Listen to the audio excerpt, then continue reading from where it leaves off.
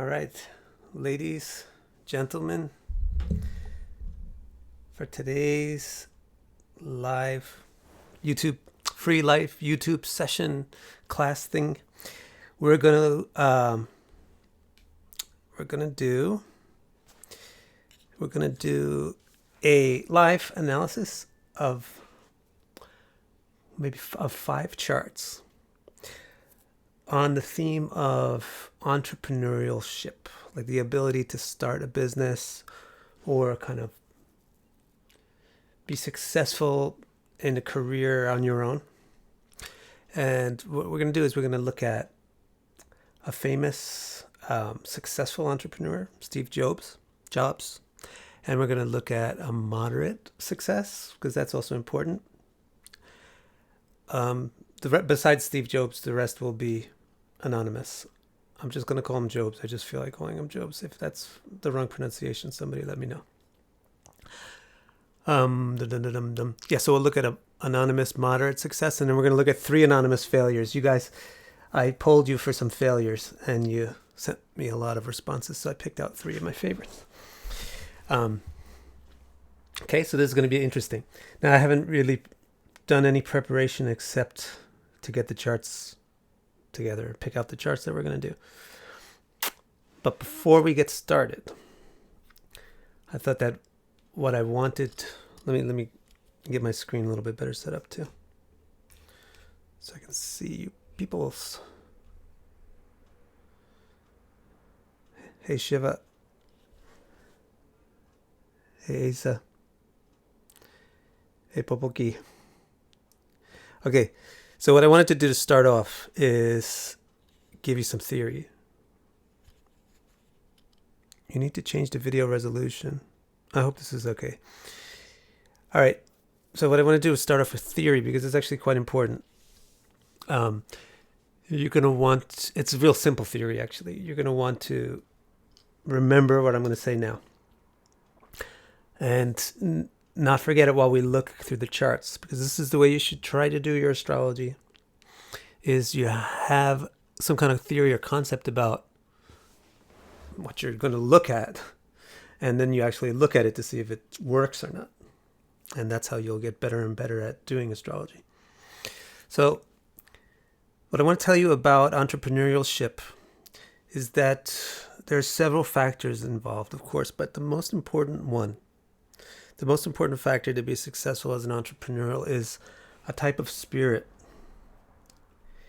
or attitude, which is a lot like a warrior's spirit, in the sense that you are going to have to conquer the world. Nobody's going to come and give you anything. You're going to go and take. Nobody's going to pamper you. You're going to bash through the walls. You're going to bash through the obstacles. You're going to do it yourself. So in order to be successful as an entrepreneur, you have to have, you could call it an athlete spirit, but I think it would be even more to the point to call it a conqueror spirit, a warrior spirit. So it's important to realize that, because astrological symbolism is always so stereotyped. There's only certain basic pictures on the trump cards, on the tarot cards, So you have to usually think about the thing that you want to investigate. Think about what it would correspond to in the stereotypical images. So there's not really like a classical astrological symbol for entrepreneurship, but there's a classical astrological symbol for warriors. But basically you need to be able to think clearly to know, okay, if I want to be an entrepreneur, I need to be a warrior in the modern world, the conqueror of an empire in the modern world. So that now you can look into classic texts and see what promotes, a successful conqueror, a successful warrior. And so here we come to the actual theory. The theory is, ladies and gentlemen, the single most important thing. The single most important thing is going to be your 3rd house. So if you already am up to speed with me on how I think of the houses and what symbolism I ascribe to which house, it'll be obvious why you would need that house. But the 3rd house is where you get that strength. That it's actually like a male, stereotypically male spirit. is that energy that just goes out, does everything on your own, very independent. It's just muscle and doesn't take no for an answer. That's the spirit that you're going to need to be an entrepreneur. So when we look at these charts of the entrepreneurs, the first thing we're going to look at is what's going on with their third house. Now, the other things, the other lesson that you really need to know about reading an astrology chart is you're never going to look at just one thing, right? Otherwise, you're just going to be inaccurate, unrealistic. So there's going to be other factors that are going to come in, but they're not so always going to be the same. So let's look at the charts, and we'll see what's what. Okay, let's see if you got any questions so far before we go on. Before we go on and look at these actual charts. I'll wait a second or two.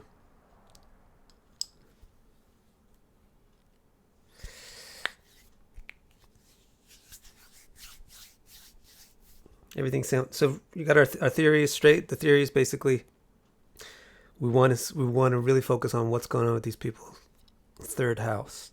Of course, there's going to be other factors that are going to be involved, but we haven't really even identified those yet because they're not so essential. But we know we're always going to be concerned with the third house.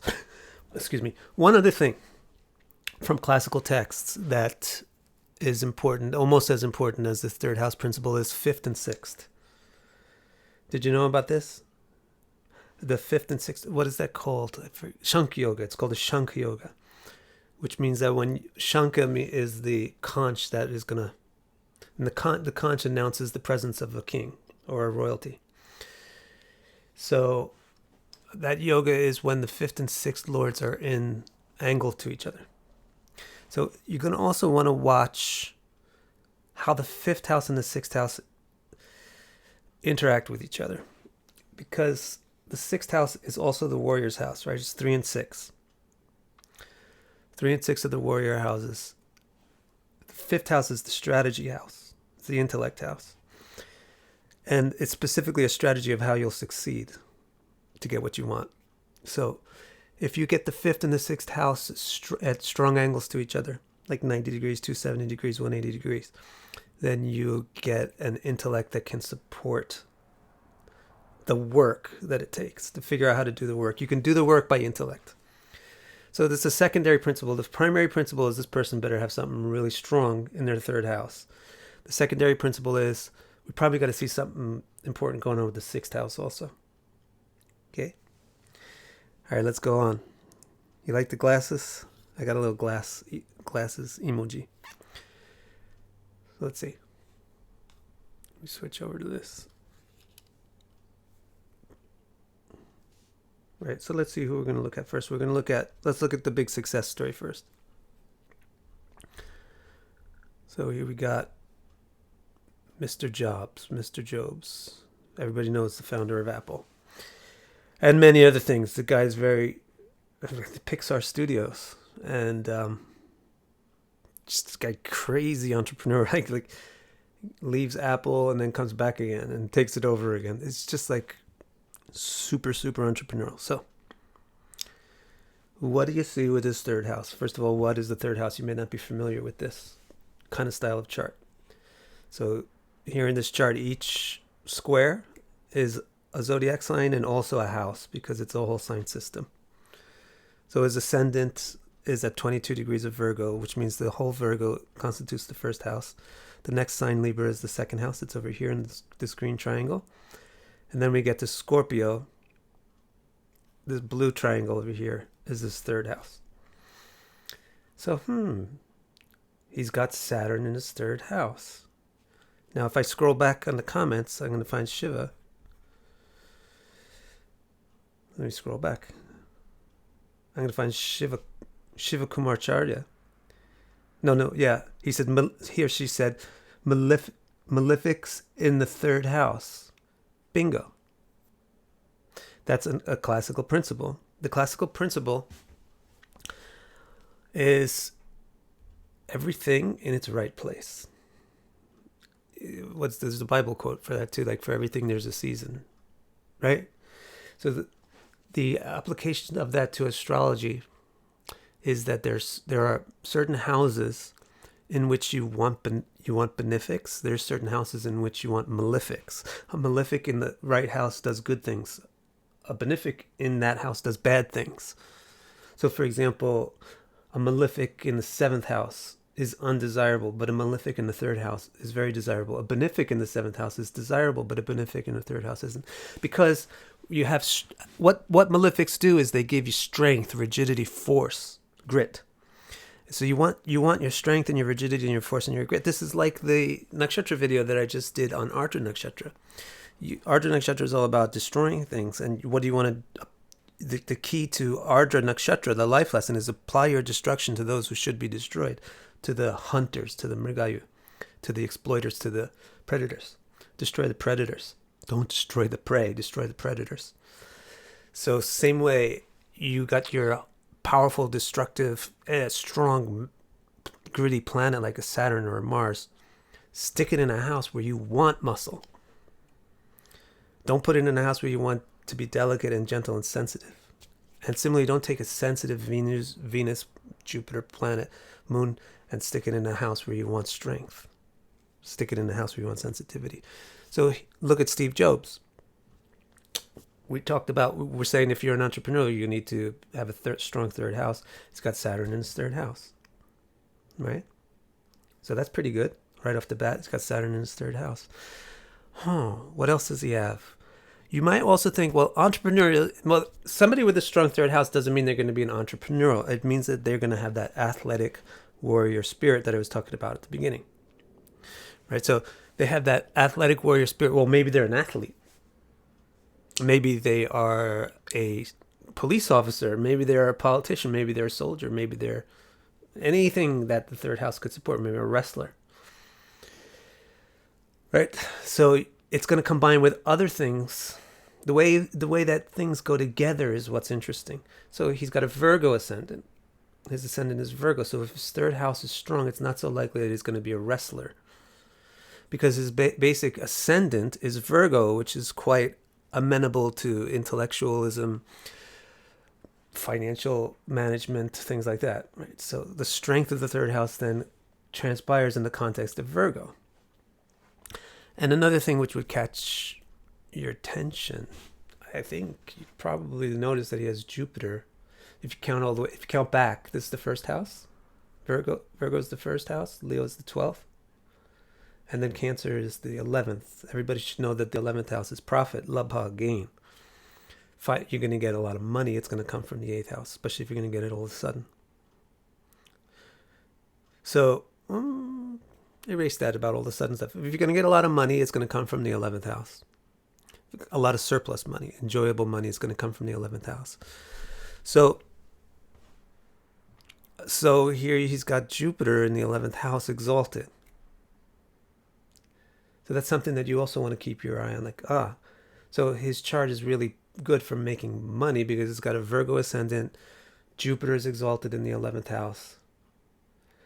And he's got that power in his 3rd house. So he's probably not going to be a police officer. Where some other person with a powerful 3rd house with a different ascendant and not exalted Jupiter in the 11th house might wind up a police officer, a soldier, or something else, an athlete. Okay? Now, take a look at a few other things. Let's go back and focus on his 3rd house one more time. Okay, so what we did there was we looked at our first principle and we said, okay, he's got this powerful 3rd house. Maybe he's an entrepreneur. Maybe he's an athlete. But then we said, well, it's Virgo and it's exalted 11th house, right? It just so happens also, if you do your calculations, you see what his prominent planets are. Jupiter and Saturn, way more prominent than the other ones. By the way, these are the graphs and graphics that I give you when you get the complete birth chart assessment from my site, victorcara.com/R2. So if you see his graph, it's clearly got a much stronger Jupiter and Saturn than the rest of his planets. So that's that Jupiter and Saturn. That's the 3rd house Saturn and the 11th house Jupiter. Okay, and you should also start thinking about nakshatras. you want to, not just limit yourself to signs and the houses. So take a look maybe at I'd be interested to know what's the nakshatra ascending. Of course, you're always interested to know the ascending nakshatra, the moon nakshatra, but specifically for this chart and this subject, if I see that there's a promising looking planet in the third house, then I want to know what nakshatra it's in. Maybe the nakshatra is going to complement it, or maybe it's going to detract from my hopes about that third planet. So if we take a look at this wheel, look at that. Look at Saturn is in Vishaka.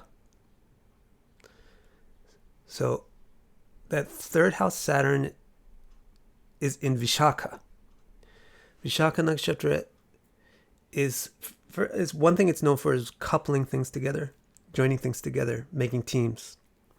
The other thing that it's very good for is being completely dedicated, being very decisive and dedicated. So that's a very good planet because the third house controls your willpower. And Saturn in the third house specifically gives the willpower, that tenacity that I'm not going to take no for an answer. Which is, how can you leave a company and then come back and take the company over again? So that's his Saturn in the third house. It's also in Vishaka. So that, as an astrologer, that should make you more confident that, okay, that Saturn in the third house really can give that strength and tenacity and determination that I hoped it would give. Right? Look a little more into the third house. You would think about the ruler of the third house. So the third house is created by Scorpio. So the ruler of Scorpio is Mars. In our system, in our classical system, the ruler of Scorpio is Mars. We don't think about Pluto. So Mars, now look at Mars. Mars is in Aries. Here's his Mars. It's down here in this green triangle, which is the 8th house. So Mars is in Aries. Now Mars in Aries is great. Aries belongs to Mars. But look at the relationship of the degrees between Mars and Saturn. Saturn's at 21, Mars is at 29. They're very close. So they're going to have a strong angle to each other. But this is 210 degrees, right? Saturn is 8 houses away from Mars. So that's typically not the strongest aspect. It's usually a 75% aspect. But in Mars's case, that's 100% aspect. Mars has a special aspect to that 8th house. Now, there's a classical rule, which at least the book Paladipika very clearly lays out, that if the owner of the house aspects the house, it makes the house strong. Now, what's the ascending degree? The ascending degree is 22. So, this is another thing you have to look at. The ascending degree is 22. Where is Saturn? Saturn is 21. So since the ascending degree is 22, then the 22 degree mark in every sign is going to be the cusp of the most important degree in each house. So this is a really important point. I might not be able to get to all these examples because there's so many things to tell you. But look, Virgo at 22 is the degree of the ascendant. So 22 degrees Libra is the most important part of the second house. If something can affect, like you can think the moon has an aspect in the second house, you would just roughly ballpark it like that. But the moon isn't that close to 22 degrees. But Mars is close to 22 degrees, so it's really 180 degrees opposite from Libra's 22 degree mark. Now go into the third house, take that 22 degree mark into Scorpio, and that's the cusp of the third house. Not by cusp, we don't mean the beginning, but we mean the defining point. So it's the defining point of the third house is 22 degrees Scorpio. This is the way that you do your cusps in a whole sign system. So there's Saturn. You want Saturn in the third house to be a warrior, conqueror, an entrepreneur. Here he's got Saturn almost, and these degrees are rounded off. So he's got Saturn super close to the exact most sensitive part of his third house. That's very important. Then he's got Mars is going to aspect the 22 degree mark of the third house. because its aspect is going to go all the way out to 29. So 100% is going to be, it's got 100% aspect on the third house and 100% aspect on Saturn. So Mars is totally taking care of the third house and the planet in it. That's the principle. Furthermore, we talked about the sixth house, that the sixth house would have to be important. And God, this is, guys, now you see why this is Steve Jobs. Now just throw your eyes over here to the 11th house. What degree is Jupiter at? 21. So you see how important the cusp of the house is? That this is a multi-billionaire or whatever, super successful dude. This is the kind of alignment that you need to see. It's not just that great he's got a strong malefic in the third house and great he's got an exalted planet in the 11th house. But those are the most important planets in his chart, and they're exactly aligned with the cusps of the houses that they're in. Now, so we also mentioned about sixth. The sixth house is quite important. Remember I mentioned there should be a angular relationship between the fifth and sixth lord? Well, that's one of the nice things about the Virgo ascendant. And that's one of the things about the Virgo ascendant that makes it good with business, is that its fifth and sixth house are always ruled by the same planet, Saturn. Capricorn is the fifth sign from Virgo, and Aquarius is the sixth. So there you got, it gives you an extra highlight as to how important it is that Steve Jobs has Saturn in his third house, because additionally Saturn is his sixth lord and his fifth lord. And one more little thing to note is his first, I mean, this is little in this context. His first lord is Mercury. Mercury is in the sixth house. So remember we talked about the sixth house is good for working. Of course, now Mercury is slightly benefic. So it's going to have some problems with the sixth house also. That's probably why he died young. Also, Moon in the eighth house is, it's not a longevity sign. So this is another important principle, is that a weakness will come out. Like if you push on a dam, if you got water pushing on a dam and there's a weak spot in the dam, then that's the part of the dam that's going to crack. It's not going to crack where the dam is strong. It's going to crack where the dam is weak. So it's the same way. It works the same way with the symbolism of astrology. If this chart is really, really strong for business, which it is, then Mercury being in the sixth house isn't going to be able to crack the business fortune. But it can crack something else, like maybe he has a fatal degree, I haven't checked, somewhere, a Mritubhaga or something. Maybe he has something like the moon in the 11th contributes to health problems. Or it could be the retrogression of Jupiter, something, There's some crack in the dam somewhere that the weakness of having a benefic in the sixth house will spill out in that direction, not in another direction. All right, so that's Steve Jobs.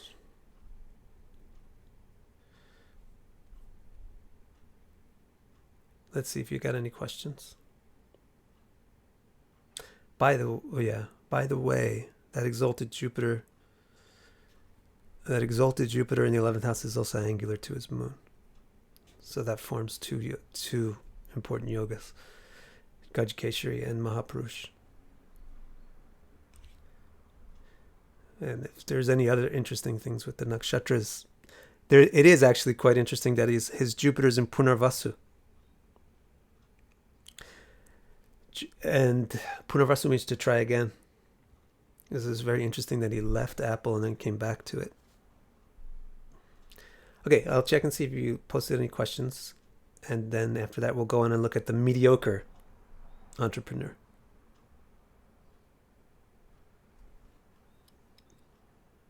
Ooh, somebody's saying rude things. Yeah, guiding arrow, don't be rude. I have to concentrate. All right? See, I take a break and stop. So now I'm not going to answer your questions because you're rude. Let's see who else has a question. What happens if the 3rd and 10th house connects? It's good. The basic things for the malefics is 3rd house, 6th house, 10th house, 11th house. But the thing about 10th and 11th is benefics are also good there. The thing that's really special about 3rd and 6th is that benefics are not good there. But anyway, if you can combine 3, 6, 10, and 11, then you get good results. So you see, even in a way, Steve Jobs has a combination, really, of 3 and 11 because they're both activated. You can look at it that way.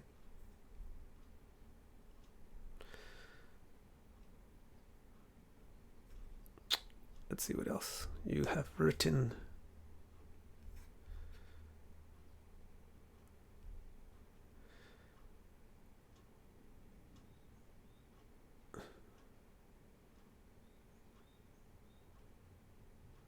God, you are being a jerk.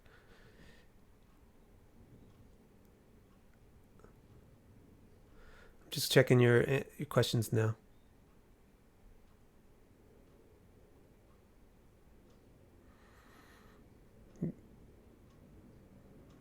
All right.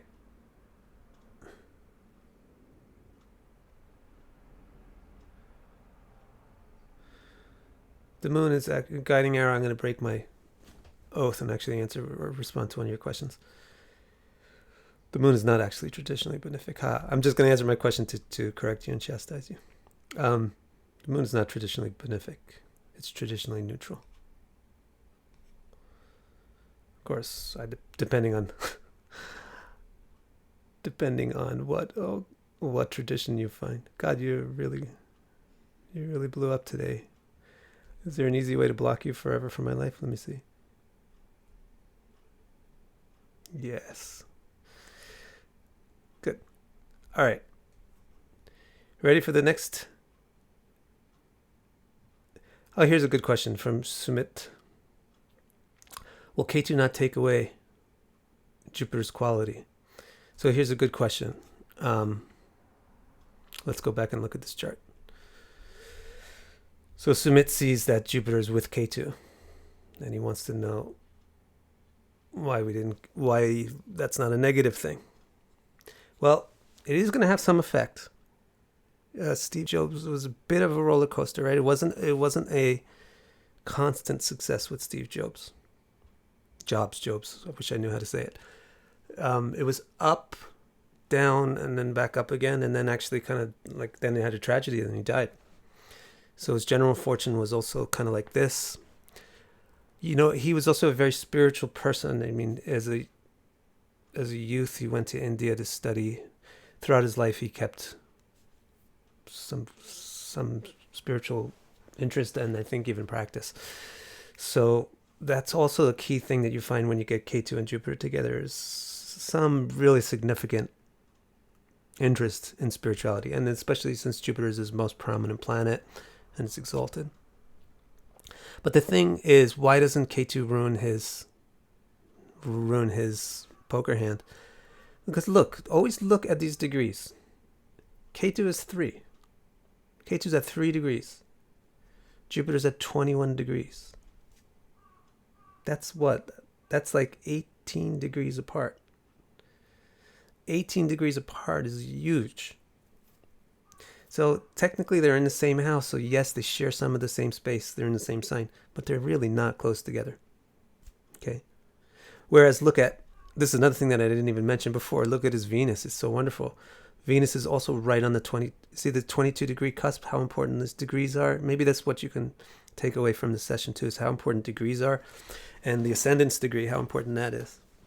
So look at Venus's degree, it's 21. And the ascendant degree is 22. So Venus is also right in the pocket of the 5th house. And then if Jupiter is in Cancer at 21 and Venus is in Capricorn at 21, that means those two are exactly 180 degrees. So they have a strong mutual aspect. Then what that gives you is Raj Yoga. Because Jupiter owns 4th and 7th. And Venus owns 9th.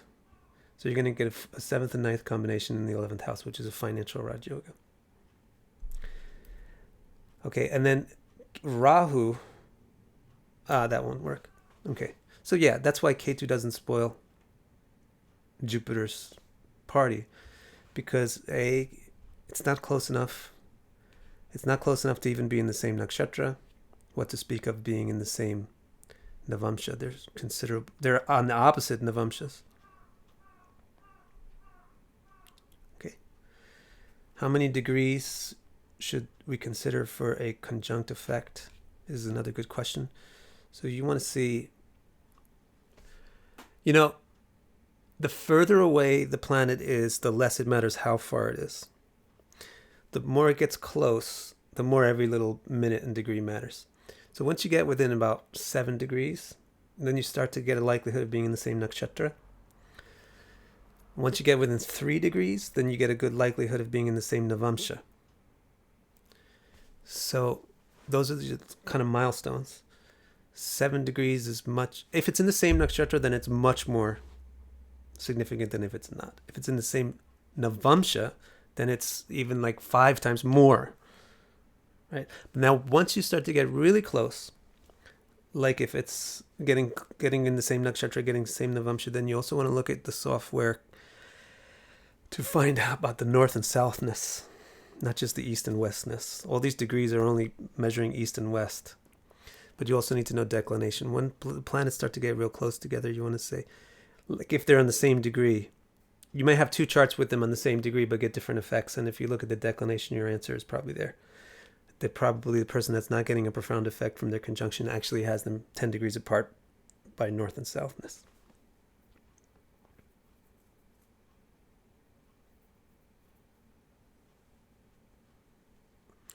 Now, Conatus, I'm sorry if I don't know how to pronounce your name. It's not that the 4th and 7th and 11th is a Raj Yoga. The Raj Yoga is a combination of the Kendra and the Kona. So it's the 7th and the 9th, and the 4th and the 9th. Jupiter owns this 4th, Venus owns the 9th. They've combined by their mutual, 100% powerful mutual aspect. So that's a Raj Yoga in the 5th and the 11th.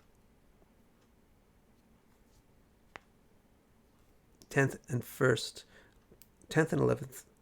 10th and 1st also is Raj Yoga because the 1st is also Kendra Kona. All right, let's go and look at a medium.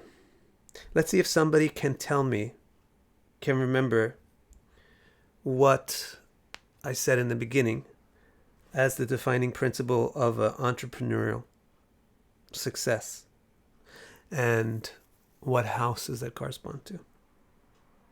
I'll give you a minute or two.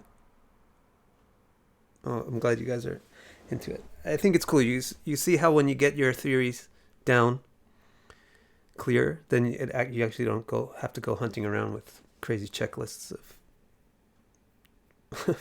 and amazingly complicated weird techniques, and you don't have to use 55,000 different techniques. So does anybody remember? What's the you're right, Casey consciousness. 3rd house, Shiva Kumarcharya. 3rd house, warrior spirit, deep. Good, you guys are listening. Great, Jamie. And 5th and 6th is a secondary principle, right? So let's take that now and look at this mediocre success. Now, what do I mean by mediocre success? I mean, this person has started their own business twice. Was successful, is an upper middle class success. Doesn't really want for money, but didn't explode like a Steve Jobs. And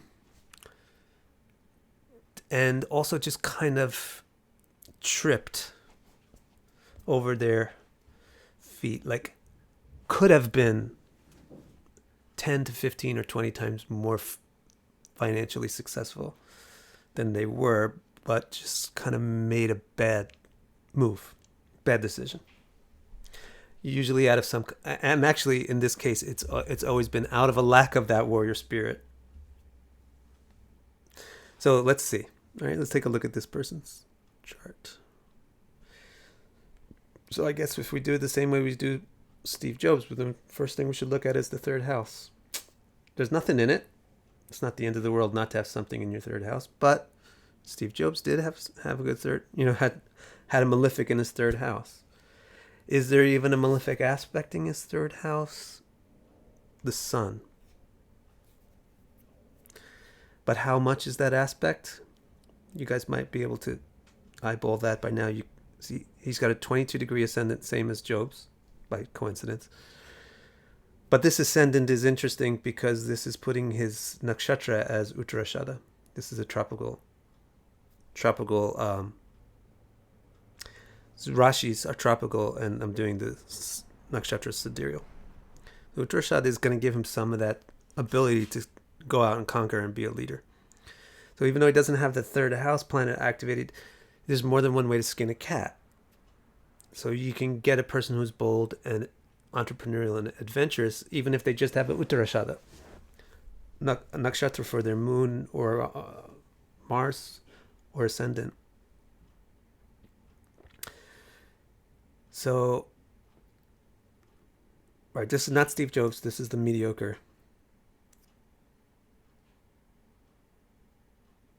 So here we go.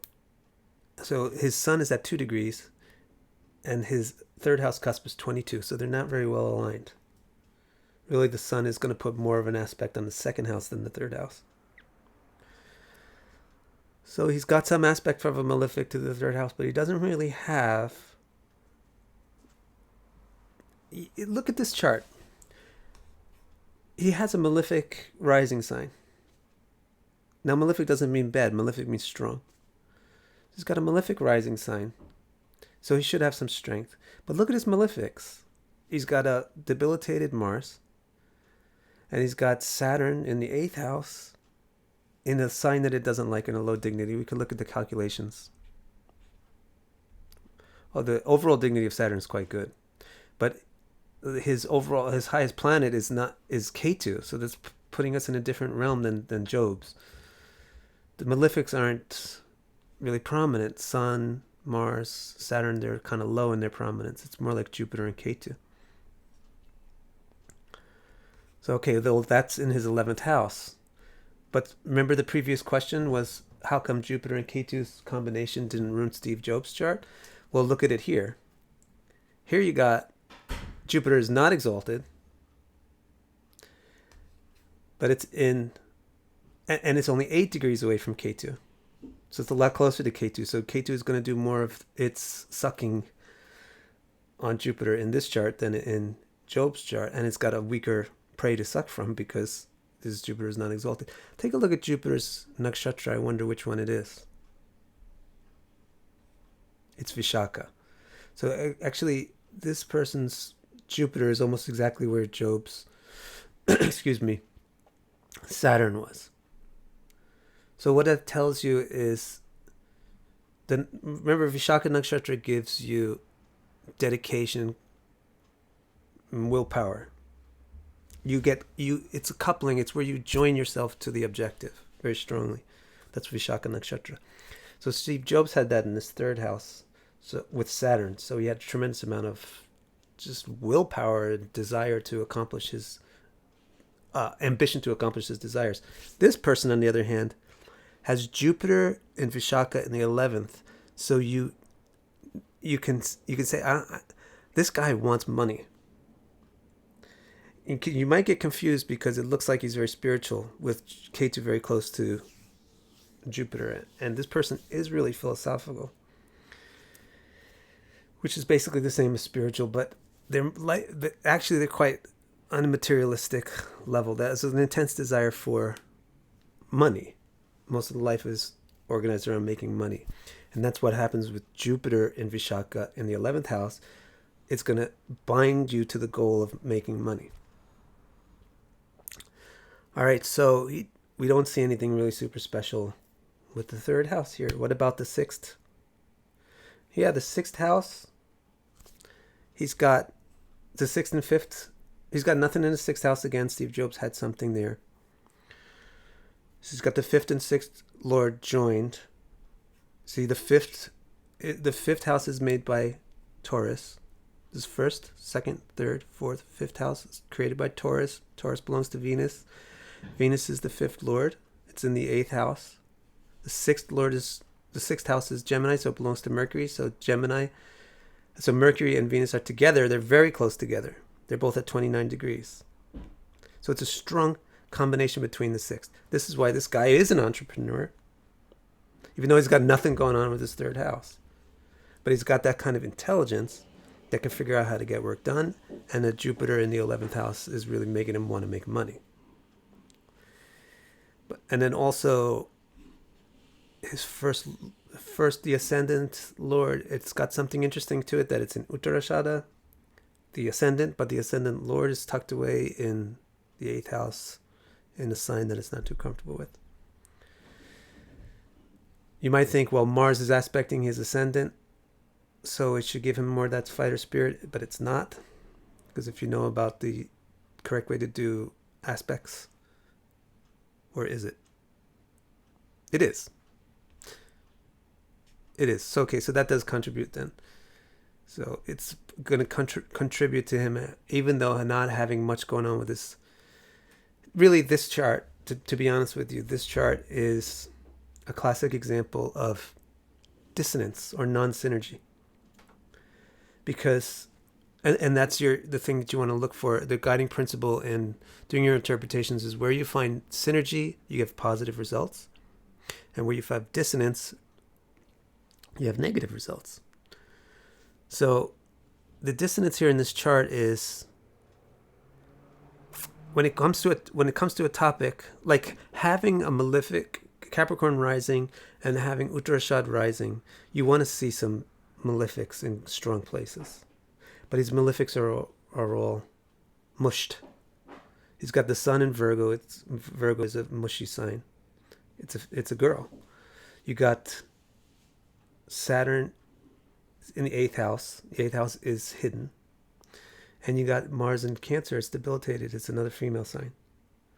So the malefics don't really get a chance to shine, but yet this person has the nature that needs the malefics. He's got Jupiter in Scorpio in the 11th house in Vishaka, really wanting the money.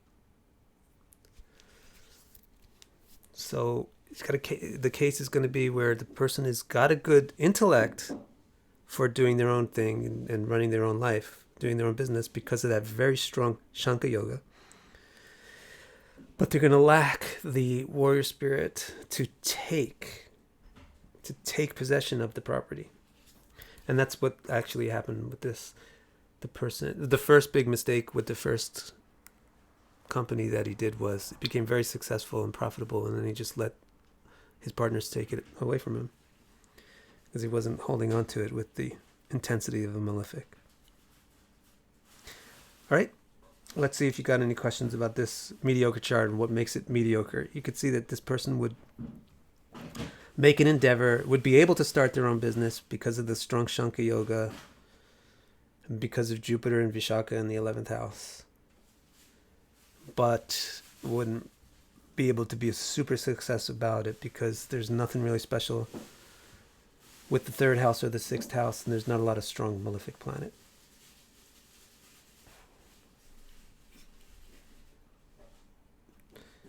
Jamie Nazaro says, do you think that he was able to gain his willpower or courage after marriage? No. Because Mars is debilitated in the 7th house. So it's actually that there's the marriage is actually not so positive. It's draining or debilitating, or it's not going to be a source of energy. And Mars in the 7th house means doesn't really know how to interact with people. So Mars is the symbol of independence. 7th house is the place of interaction. So putting the symbol of independence in the place of interaction is a dissonance.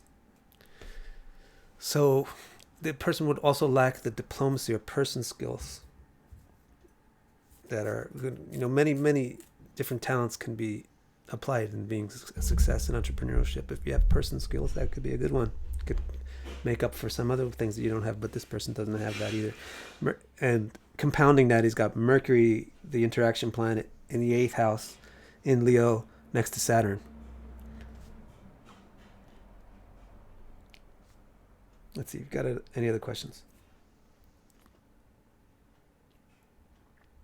Any other questions?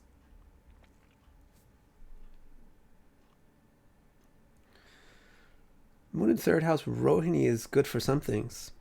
It's not very good for self-discipline and willpower, but it's really good for creativity and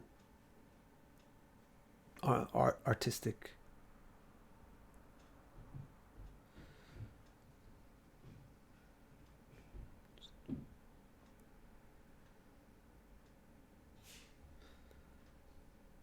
Let's see. Matthew Cook asks if these 8th house conjunctions will affect business. Well, that's what I said, right? The 8th house conjunction, the most important one, is this one. Mercury and Venus together. Because look how close they are together. Of course, you want to look at the declination in this case, but I'm not going to go out there. We're going to just finish this up in 15 minutes. But if I'm doing a real chart reading, or if this is my chart and I want to know what I should do with my business, I would definitely go and see how far north and south are Mercury and Venus to each other. But on the surface, at least, it looks like this is an exact conjunction of the 5th and 6th Lord, and that's our principle for the second most important thing to be an entrepreneur, is that your 5th and 6th Lords have to be in a good angle to one another. But it's in the 8th house, so it means he's going to be dependent on partners, right? If this was in the 11th house, or 10th, or 9th, or 3rd, what Job's was in the 3rd. He had Saturn in the 3rd. Saturn is both the 5th and the 6th Lord. First, those would be much stronger for being an entrepreneur than have it in the 8th. In the 8th, my advice to the person would be, you're not the main leader.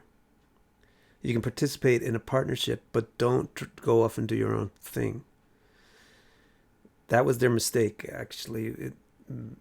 The first business was a big success, but then he let the other 2 partners go off by themselves, and then he went on to do something by himself. But this chart is not designed for being, he's not designed, his karma is not designed for that. His karma is designed that he can do entrepreneurship in partnership with others, because the thing that's showing good entrepreneurship is in his 8th house, which is a partnership wealth house.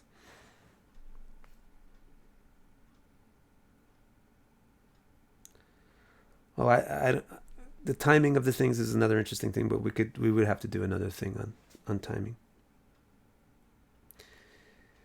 So you guys want to go look and see some colossal failures now? Well, we got like 15 minutes left. We got colossal failures coming right up. Let's see. Let's look at a couple of things. This is one of the bad charts. It's interesting that it's also Virgo ascendant, like Steve Jobs. This was Steve Jobs. Jobs. I'm going to call him Jobs. Virgo ascendant. This is also a Virgo ascendant. This is also a failure chart, which is a Virgo ascendant. Almost exactly the same degree as Mr. Jobs. This is another failing business chart. It's a Saturn ascendant. So of all the charts that I picked, I didn't pick them because of this, but of all the charts, it's either Virgo or Saturn ascendant, which is kind of understandable, right? Because Virgo is going to be business oriented, and Saturn is going to be practical. So then look at this. This failure chart has Ketu in the 3rd house. This failure chart, this one looks like it should be strong. Let's try to figure out why this one isn't good. I mean, this one has Mars and Scorpio in the 3rd house. We need to look at this one and figure this puppy out. This one has Rahu in the 3rd house. So these 2 failure charts are giving us the same data. That having a node by itself in the 3rd house wasn't the best thing. All right, shall we do our systematic analysis? You ready? I wish there was no delay on this. I might be able to change the settings to make less delay, less quality.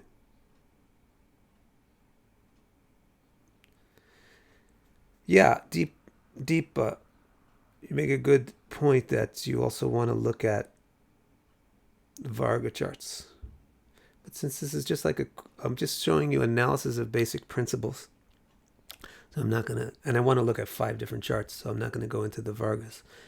However, like I said about deck, there's things that if you really seriously want to be confident about your opinion, you better look into more details. And one of the things is you want to look at the D10 chart. It's going to be so important for knowing the career success. However, it's actually more important to look at the Rashi chart, the main basic birth chart, than it is to look at the D10 chart, because your divisional charts can only give you more information. They can't tell you a new story. All right, so let's take a look. I'm going to have to try to remember who these people are. Let me quickly see if I can, because the story's behind. Okay, great. So I remember who each person is. Okay, so this person is the worst business person ever, but yet can't stop doing business. Can't stop doing business on a small scale. So, I mean, this is the kind of person that makes like $2 in a day. Because because of but they have this big, gigantic heart. So anyway, let's try to do this systematically. Third house, anything in it? Yeah, Rahu. What does that mean? You don't really know when it's just Rahu by itself. But the one thing that you do know if it's Rahu or Ketu by itself is that it's not going to be steady. It's going to fluctuate. So Rahu in the third house is typically the typical out of the box interpretation to begin with Rahu in the third house is you got on Monday you want to conquer the world, and on Wednesday you just want to sleep all day. So it goes back and forth like that with Rahu in the third house. Grand fluctuations in the amount of enthusiasm, the strength of the willpower, and so forth. With Rahu Ketu, it's very important who's aspecting it. If somebody's aspecting Rahu Ketu, then Rahu Ketu will really take the nature of that planet. Aspect or a conjunction. So in this case, it's actually Jupiter, which is quite close. This is a good lesson, perhaps, to learn about degrees, because especially people who are familiar with Vedic charts don't typically hear a lot about degrees. But look, even though Jupiter is in Libra, it's at 27 degrees. So it's 3 degrees away from the beginning of Scorpio. And Rahu's in Scorpio, but where is it? It's at 1 degree. So actually Jupiter and Rahu are 4 degrees apart. They can't be in the same Navamsha, because Navamshas always have a border on the border of the sign. They could be in the same nakshatra. Let's take a look. They're not. They're not in the same nakshatra, but it's really interesting. You see how close they are? Well, Rahu in Swati is a real great combination for being mega individual, not fitting in, doing your own thing. Jupiter in Chitra is great for really being able to understand philosophical things in detail. But that's what's going on with her third house. She's going to see this. Why is this person an entrepreneur even though they're not a big businesswoman? The real reason why this person is an entrepreneur, or in other words, wants to work for herself, is because she's got Rahu and Swati in the third house. So basically, this person can't stand not working for herself. She wants to be independent and free and decide her own day.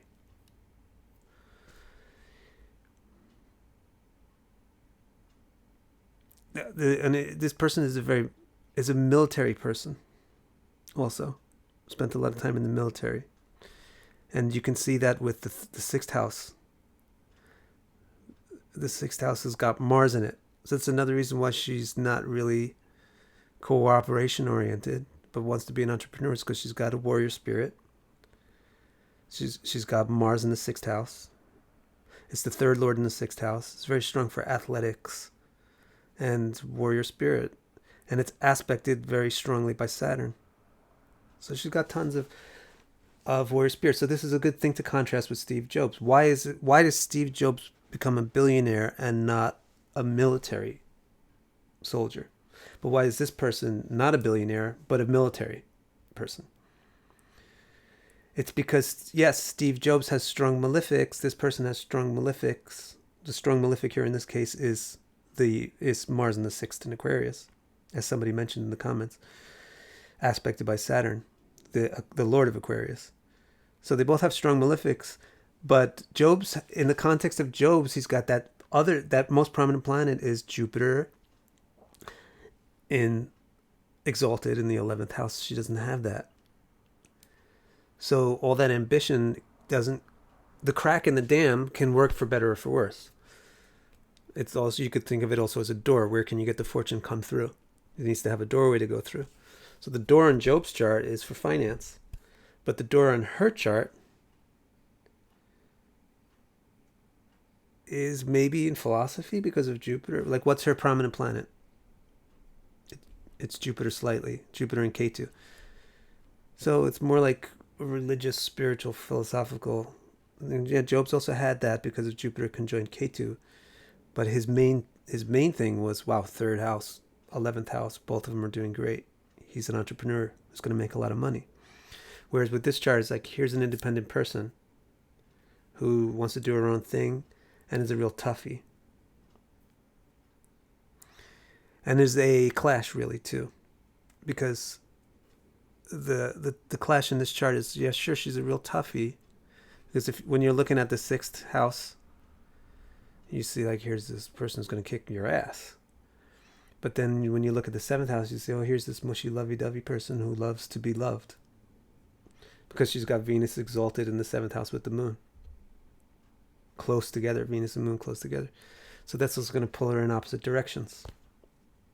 So she's going to, you can't be a business success and be a best friend at the same time. That's why you need malefic planets to make you a successful entrepreneur. So that's why this chart doesn't work for that.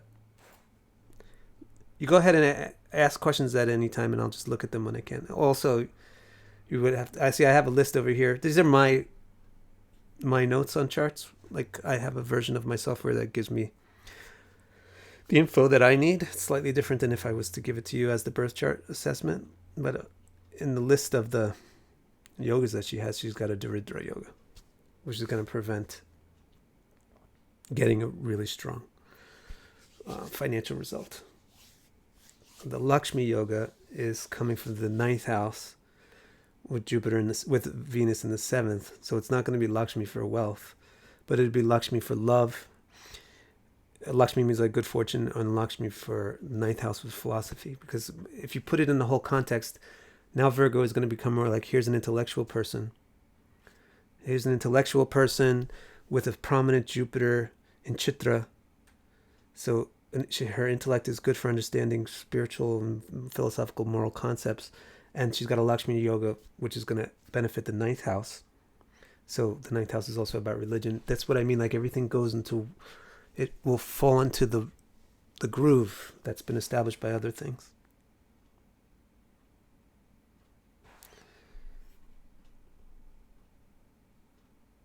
Here's an interesting Tara asks, does Rahu cause her to be delusional, making her think she can be successful as an entrepreneur? Delusional. What Rahu is really doing here, Rahu and Swati, is giving an intense need to be individual. It's not like a delusion of success, but it's an intense need to be her own woman. And that's clashing really strongly with what she has in the 7th house, which is the exact opposite. So that's why when you get pulled in two different directions, you can't go too far in either one, and that's why it's not good for success. This isn't an online chart. This is an anonymous person who answered my call when I said who out there is terrible at entrepreneurial success. The next one also. Let's look at this next one. Well, actually, yeah, this next one is interesting because this man, he's got looks like he's got a really good 3rd house.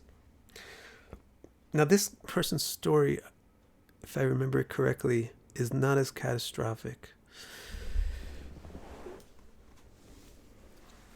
It's not as bad as the previous chart, but they've got Mars in the 3rd house in Scorpio. Sounds great. The next consideration. Look, he also has Venus exalted in the 7th. Another Lakshmi. He's getting his 2 Lakshmi yogas from that. So he's also got Venus exalted in the 7th. So there you go. It's the same as the previous chart, actually, where you see there's 2 different natures. Mars in the 3rd in Scorpio is a very taking nature. You can be successful at taking from the world.